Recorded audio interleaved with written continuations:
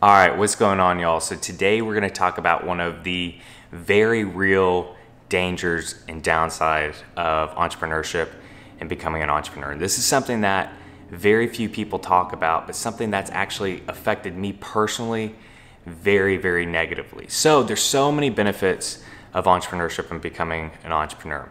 Having, the complete freedom lifestyle, being able to do what you want, go where you want, work from wherever you want, having complete financial and time freedom. The benefits of being an entrepreneur are very obvious and very pronounced, but there's also some negatives that go alongside with it. And some can be very, very major negative downsides. For some people, they have complete overwhelming stress that leads them to depression and anxiety. And I've seen many people get destroyed by this in their entrepreneurship journey, that they just get beaten down enough, they go right back to the 9 to 5. For others, it can destroy their relationships. I know of people that entrepreneurship has destroyed their relationships, and that's actually caused some challenges in some of my relationships personally. And I can go ahead and do videos on kind of a relationship series if you guys want me to do that, because I know not many entrepreneurs actually talk about this stuff. But one thing that entrepreneurship negatively affects a lot of entrepreneurs out there is fitness, health and fitness. And this is something that has greatly kind of been a negative force in my life. So that's what we're going to talk about today. But before you get into it, if you guys could please do me a huge favor, smash that like button, hit subscribe if you haven't already. I'm here to help you guys discover and create your own freedom lifestyle. Leave a comment down below. I'd love to go ahead and connect with you guys. So before I get into kind of everything, I've got to tell you kind of my personal journey. So before I was an entrepreneur, years ago before I was an entrepreneur, in high school, I grew up doing track and field and cross country. I actually like to run, even though my frame, my body type is not a runner body type. I enjoyed the challenge of it. And I did enjoy running back then. And I was sitting at about 160 pounds as I entered college. Then in college, I became a 245-pound bodybuilder. I was a bouncer at a bar in the college town that I went to college at, and I was a big boy, and I could throw up some weight. And then I went to Army basic training and infantry school. From there, I got down to 145 pounds. It pretty much starve you, and you're constantly going. It's constant physical training, everything like that. Got down to 145 pounds. And then I became a firefighter and a paramedic. And from there, we had CrossFit type workouts. I was training for a triathlon. The whole point is that before I was an entrepreneur, health and fitness was a huge priority of my life. You asked any of my friends that knew me what my hobbies were, what I actually enjoyed, they would have said working out in some capacity. In my personality, I'm a very all or nothing personality, a very obsessive personality, and this has benefited me greatly with entrepreneurship, because when I go ahead, I'm starting a business and growing a business, I'm very all or nothing with it, and I will do whatever it takes to become successful and scale that business and grow that business. So in the beginning, it meant 18, 20-hour days for days on end. And it used to be that way with fitness. If I was doing bodybuilding, I was all in with bodybuilding, doing 7 meals of chicken and rice a day.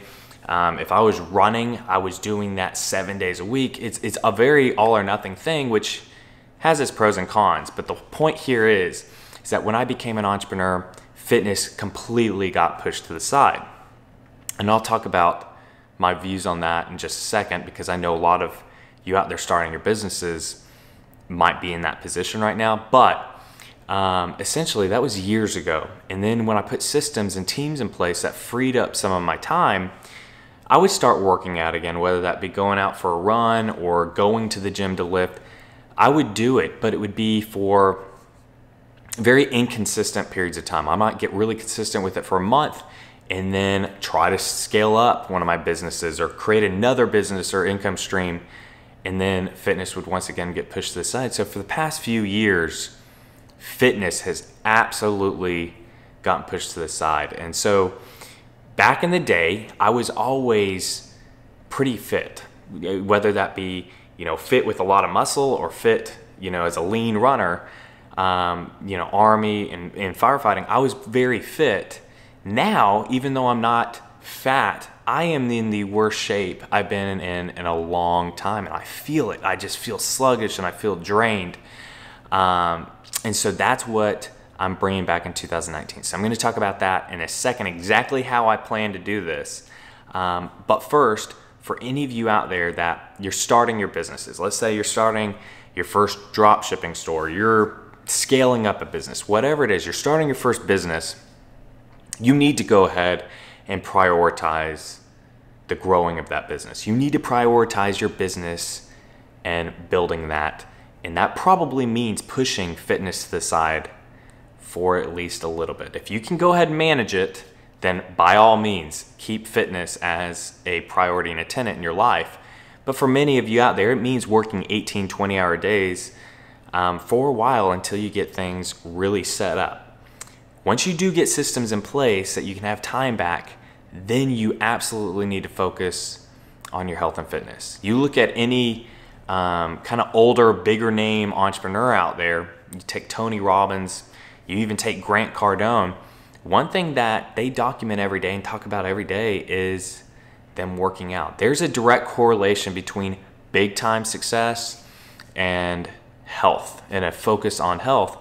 Most very successful entrepreneurs focus on health in at least some capacity, whether that's eating very healthy, they have their own private chef that's cooking them healthy food, or they're making working out a priority. They have that. If you really think about it, there's very, very few very successful, very out of shape people. It's just they don't directly correlate. Being out of shape has a direct impact, a negative impact on work performance, and I felt this. So my whole point is don't do what I did and have years go by to where fitness is just on the back burner, health is on the back burner. You're just, for me, it's been going literally, I won't eat till like 5. I've been calling it intermittent fasting. I wouldn't eat till like 5, and then it'd be like a junk meal, something I can get in quick to keep working. You need to go and focus health and fitness. So what I'm doing this year, I'm realigning my goals, and I'm putting fitness and health as a priority once again. I'm still having full focus on my business, and I've got all my entrepreneur type goals set.